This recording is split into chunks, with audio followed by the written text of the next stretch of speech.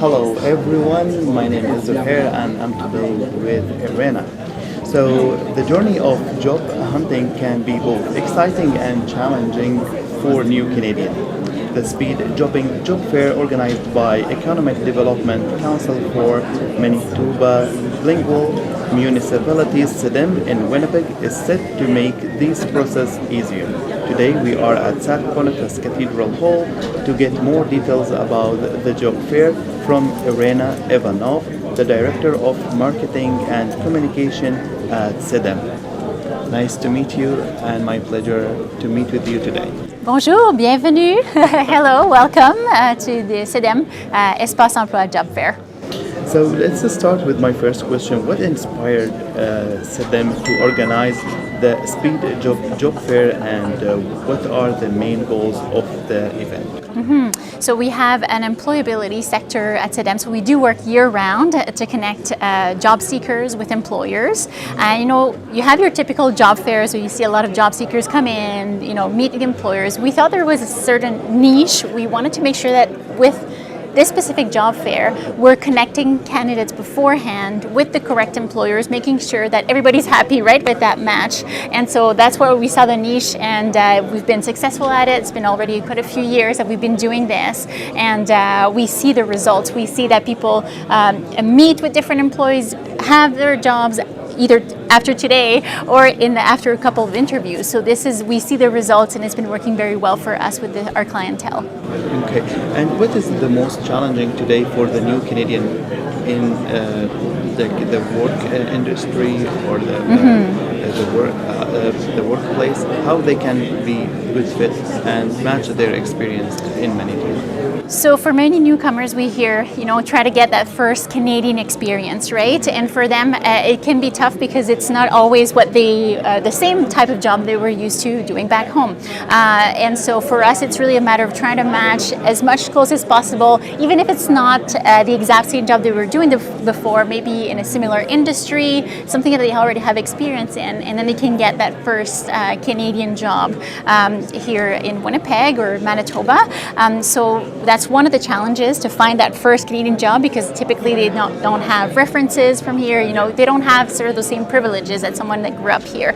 And then another challenge that we find, so we work with a lot of francophones, people who come from countries like Morocco, Algeria, Mali, Senegal, Côte d'Ivoire, all these different countries where they mostly speak French. And so for them coming here to Manitoba, where it's mostly English speaking, I would say that's one of the challenges as well, making sure they have that English that's up to the level that's needed for the job.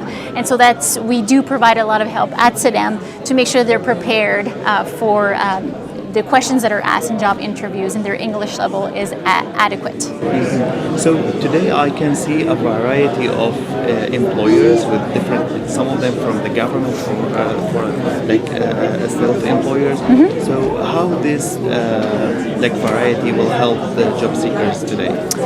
Exactly. So one of the things, as I said, is try to find the perfect match both for the employer and the candidates. So the experiences are as diverse as we see here with the diverse industries that are represented. So either we have technology, for example, we have people in public health, we have customer service, of course, is always very popular, but all sorts of these different industries that are represented. And so again, we try to make sure that whatever the employees are seeking, we find the perfect match in the candidate, and then we're able to do that special matching ahead of time. So when they come here, both the employers and the job seekers are prepared. They're ready to meet the right employer and the right candidate, and then the magic happens, and hopefully people find their dream job. So what steps has SEDEM taken to ensure inclusivity and accessibility for job seekers with varying background and experiences? So accessibility for us comes in many ways. One of the things, of course, is language. We provide mostly services with French language, but everything that you see here is available in both languages, so both French and English, to make sure that everybody understands. As well as we hold this in the location of the basement of St. Boniface Cathedral, which is accessible, fully accessible, so people that are in a wheelchair, things like that can definitely get around. So we have different accessibility features as well as online, the website, when you sign in for the event today, the information they receive, everything is fully accessible, both online and physical space here. And this is how the people will hear about this kind of event and they register. So what kind of steps they need to do before they are coming today? So one of the things that we do provide at SEDEM is making sure that there's some training before they come here, so they learn about the differences with the Canadian workplace, the type of questions that are asked in a typical job interview, things like that. And so we provide that one-on-one consulting and training with the different candidates to make sure that they're prepared for today. And so we do encourage them as well to practice at home, all these different things that make sure that they're going to succeed today. We still have more questions. We will be back shortly. Stay tuned.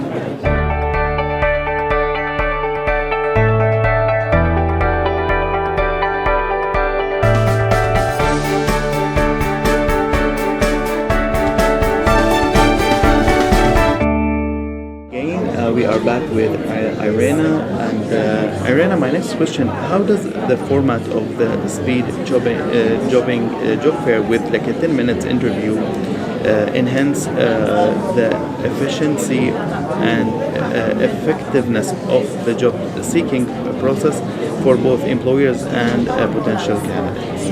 Yes, so the interviews are just 10 minutes, and then there's 5 minutes of break, and then again another 10 minutes. So for both the employers, for example, they get to meet up to 25 candidates in one day.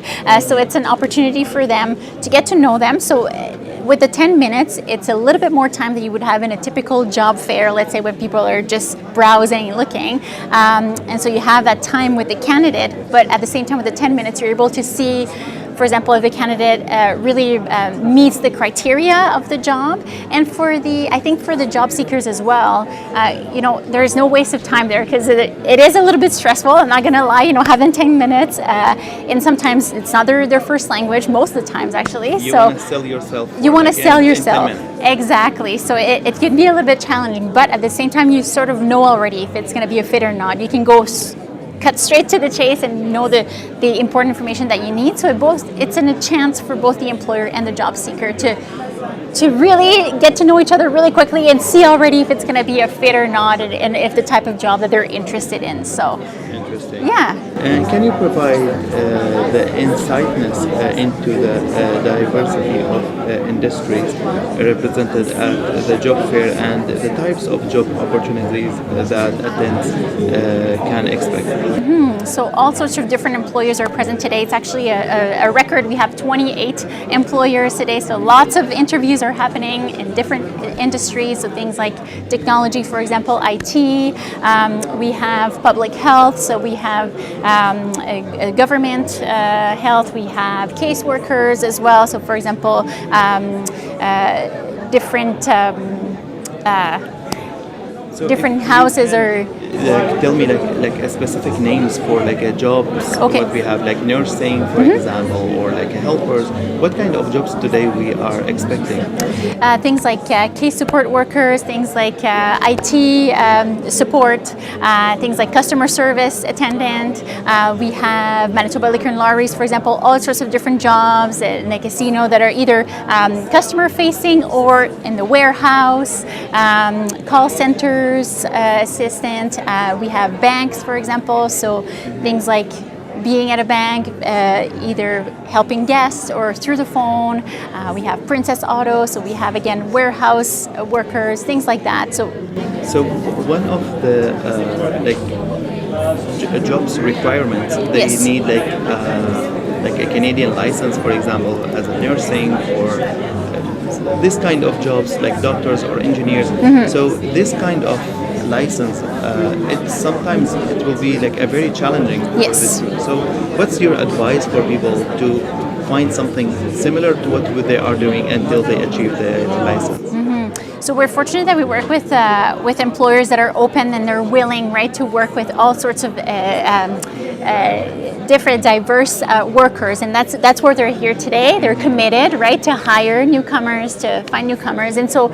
Yes, it might not be a doctor or a nurse position that they're posting or they're looking to hire today. Maybe it's like case support workers, maybe it's other type of jobs that are sort of in the same field. And then for our job seekers, we tell them to start. It gets them their first Canadian experience. It gets them an experience here in Canada, in their industry that they're looking at, and then they can sort of move up the ladder in that way. But it's really important to get that first experience and get proper references, get accustomed here to the workplace in Canada. So that would be my number one advice, is to find maybe something, maybe it's not the specific job that you're looking for that you had back home, but something the same industry, and then you're able to get some of that first experience that's really critical to the success of the rest of your career in Canada. Well, like now they have to break 5 minutes and then another job interview, right? Yes, exactly. Okay. And how has like St. Boniface Cathedral Hall been chosen as the venue for the job fair, and what unique advantages does the location offer for both employers and job seekers as well? So this is a very big, large hall, so it's great for us because we are expecting, 28 employers today, we're expecting 160 job seekers, so it's quite large, as well as it's in a central location. So a lot of our job seekers are being transported by bus, so we got to make sure that there's a bus stop nearby, near to downtown. There's free parking as well, it's accessible, so for us this location is perfect. Our offices here at CEDEM are located also in St. Boniface, so it's kind of great for us, and it serves a lot of our clientele as well who live a lot in St. Boniface or downtown area. So it's more, this neighborhood is helping also like more the Francophone community, because like most of them they are living here near to us. So someone just for a camera. But if someone who's like speak English, for example, yes, and he want to attend this kind of event, he's still welcomed, or only for Francophone? It's open to everybody. We do work mostly with a Francophone community, so our French speakers, newcomers, but it's open to everybody. And what the employers are looking at, they're mostly seeking bilingual talent. So they are seeking people that are fluent in both French and English, but we do have some employees that are seeking other types of job seekers as well. So it really depends on the type of employer, but it is open to everybody and anybody who would like to attend. The only thing is to make sure they register beforehand so we can properly match them with the type of position that they're looking at and the employer is looking for. There's an idea just crossed to my mind. Yes. I don't know if it's a fact or not. So some people, they said to get a higher chance to get a job in Manitoba, you have to be bilingual. Yes, you speak English and French, so that will make your choices higher. If that's like a reality, is something really happen? Like the people, they need to have both languages, or like if he is fluent in one of these languages, he can fit in one job? Again, it really depends on the situation, the employer. We see a lot of, for example, government workers, government organization, or some bilingual organizations that are really looking at having those bilingual talents. So like I said, mostly French and English. So because at some organizations, they are looking for that, and they have a clientele, they need to provide French services. But, some other employers are really open to people who at least speak English, because that's the main language that works here in Manitoba. But certainly we're looking at both, and our expertise really at CEDEM is working with Francophone clientele, and so that's where we see most of our job seekers. Why I asked you this question, because when I'm met the people from the community, yes, the English speaker told me, the opportunity is only for Francophone, and the other people from Francophone, they said, it's larger for English. So I feel like they are disappointed. They have something in their mind, but I don't know if that's like a true, because you are in the field and you can answer them. So yes, I mean there's a lot of job opportunities, and then it's up to really people's different levels of language, right? And it depends on the type of positions. If it's customer facing, for example, there's obviously a higher need or a different sort of need for language. So it really depends on the employers, and what we tell people is if they've just started here in Winnipeg and Manitoba, to really up their language skills. So if, for example, if French is already their primary language, to take English classes, things like that, that really bolster their position and just their, as a candidate, right, make it more appealing for an employer. And so that's one of the tips that we always tell people. And for people who want to learn French, certainly there's a lot of opportunities here in Manitoba as well, either through the Université Boniface, other organizations that are offering classes. And language is a key, is an opportunity, right, for many job opportunities. So really encourage anybody to learn a new language, and if they don't have it already. So how does STEM support job seekers in preparing for interviews? Are there any resources or tips provided to help them make a strong impression? So they have only 10 minutes. Yes, only 10 minutes to impress. So yes, it's a challenge, but we do help them. So when they come to our doors, even if they either register online or come to see us in office, so we do provide training, one-on-one sessions with all the job seekers that you see today. And so we help them really learn more about themselves, how to better sell themselves as well, during an interview, the type of really frequent job interview questions that are asked, and so what's the best way to answer to those questions with their own experiences as a newcomer as well. We see employers that are seeking different jobs, different positions, so depending on who they're matched, how they can best answer those questions, right? So we help them beforehand. There's a lot of work that's being done beforehand, before the day today. And if today doesn't work out, then we can certainly help them. We are offering services year-round to make sure that they do find the right employment for them. There is something, it happens to me, yes, and I would like to share this, what happened with me when I yes, was looking for a job. So, the Canadian, they are very polite. They never said about any experience, it's bad, or we don't like you. Yeah. So the impression what we get from the employer all the time, it's positive. Wow, you did a great job. Oh, yeah, lovely. And this language for newcomers, it's mean I get the job.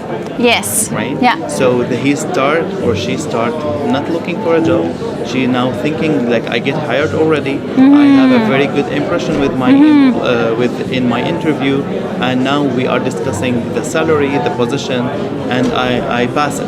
Yeah. So this is not reality. This is not the fact. They should keep looking until they sign the contract. Yes. What do you say about that? Well, here with the 10 minutes, I mean, there are some people who get hired after this event, but most of what we see here is really like a pre-interview, right? And it can be a long process, being interviewing and actually being hired at the end.